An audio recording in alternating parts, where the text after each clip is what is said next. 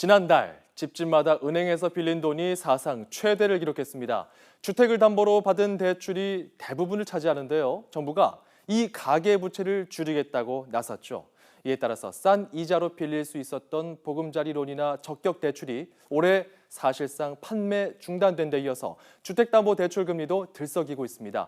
경제부 박소정 기자와 함께 전망까지 짚어보죠. 자, 집을 사려고 대출 받으려던 사람들에게는 여간 답답한 소식이 아닐 수 없는데요. 네. 먼저 주택담보대출의 기준이 되는 금리부터 살펴보겠습니다. 올랐다면서요?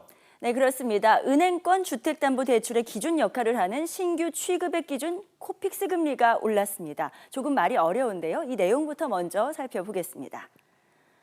코픽스는 은행들의 자본 조달 비용을 반영한 주택담보대출의 기준금리를 말합니다. 은행연합회가 매달 산출하는데요. 9개 시중은행의 전기 예금과 적금 등 자본 조달 상품 비용을 취합해서 냅니다. 신규 취급액, 그러니까 새로 조달한 자금을 대상으로 산출한 지난달 코픽스는 1.35%로 8월보다 0.04%포인트가 올랐습니다. 시장 금리가 오르면서 신규 취급의 코픽스가 상승세로 바뀐 건 9달 만입니다. 이 영향으로 주택담보대출 금리는 오를 것으로 보이는데요. 특히 이달 들어서는 금융당국이 가계대출을 더욱 바짝 조이면서 은행권도 대출 심사를 까다롭게 하고 있죠. 집을 사려고, 특히 전셋집을 마련하려고 돈을 빌리거나 빌리려던 가구에는 이렇게 부담이 커질 수밖에 없습니다. 실제 시중은행의 주택담보대출 금리를 봐도 상승 추세입니다. 시중은행 7곳의 7월 주택담보대출 평균금리가 연 2.67%였는데 8월에는 2.71%로 0.04%포인트 올랐습니다. 여기에다 신규 코픽스 금리가 상승한 탓에 지난달 주택담보대출 평균금리는 아직 집계되지 않았지만 더 올랐을 것으로 보입니다.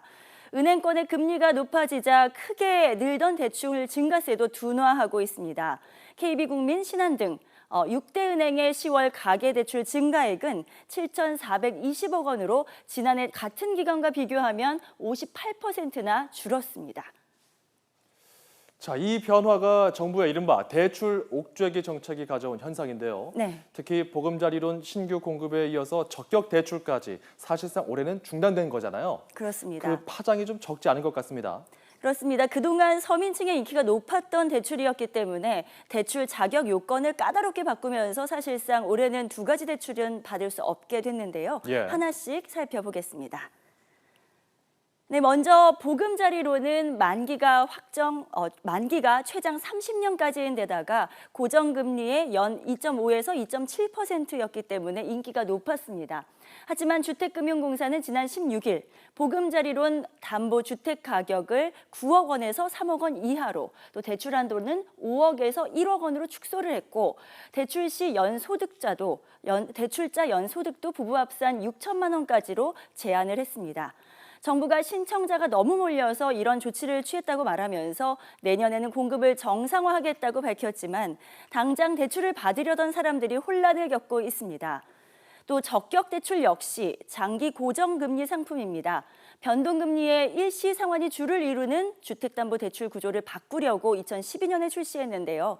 하지만 현재는 대부분 은행에서 16조 원으로 알려졌던 올해 한도가 소진되면서 대출을 중단했습니다.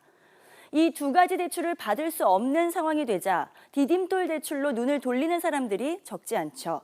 연소득 부부 합산 6천만 원 이하의 무주택 세대주가 대상이고요. 금리는 최대 2.9%입니다. 앞서 두 대출보다는 금리가 높고 또 대출받을 수 있는 금액이 적은 편입니다. 하지만 주택금융공사에서 대출을 받기가 어려워서 역시 시중은행으로 눈을 돌릴 수밖에 없는 경우도 많을 텐데요. 다양한 담보대출 상품이 있는데 은행마다 조건은 조금씩 다르지만 금리는 3% 안팎입니다. 다만 장기 고정금리가 아니라 변동금리 상품이라는 점을 유의해야 하겠습니다. 자, 그렇군요. 이런 상황인데 앞으로 대출 금리가 이제 어떻게 될지가 관건인데요. 네. 정부의 기조를 보면 더 내려갈 것 같지는 않습니다. 어떻습니까?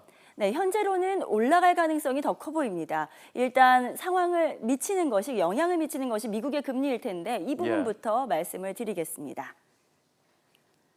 네, 지난 14일에는 미국의 중앙은행인 연방준비제도가 올해 안에 기준금리를 올리겠다고 사실상 예고를 했다가 다시 금리 인상 가능성이 작아졌다는 분석이 나오는데요. 금융 전문가들은 올해는 아니더라도 내년에는 금리를 올리지 않겠느냐고 내다보고 있습니다. 이렇게 되면 국내 시장과 시중은행에도 영향을 미쳐서 주택담보대출 금리도 더 오를 것이라는 전망이 높습니다. 또 정부가 가계대출을 줄이는 정책을 강화하는 상황에서 대출 금리가 낮아질 가능성은 거의 없어 보입니다. 이에 대해 정부가 단순히 대출 총량만을 보고 대출 채널을 막아서는 안 된다는 지적이 나옵니다. 은행권에서 비은행권, 그리고 담보대출에서 신용대출과 같이 보다 더 대출 조건이 좋지 못한 대출로 옮겨가는 가계가 늘어나고 있습니다. 가계의 부채 상환 능력을 높이고 그리고 소득을 늘리기 위한 대책이 병행 실시가 될 필요가 있을 것으로 보입니다. 이렇게 대출 총액만 나오는 통계가 반쪽짜리라는 지적이 높아지자 금융감독원은 가계 부채 통계를 세분화하는 작업을 시작하기로 했습니다. 올해 하반기까지 가계부채를 정밀 분석하는 시스템을 구축해서 내년부터는 가계부채 통계를 소득별, 연령별로 또 신용 등급과 대출 용도 등으로 세분화합니다. 저축은행과 카드사 등 이 금융권의 대출 정보는 내년 중으로 구축하겠다는 계획입니다.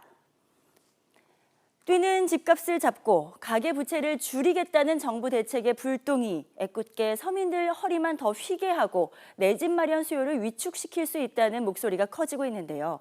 좀 더 현실성 있는 대책이 나올 수 있을지 주목됩니다. YTN 박소정입니다.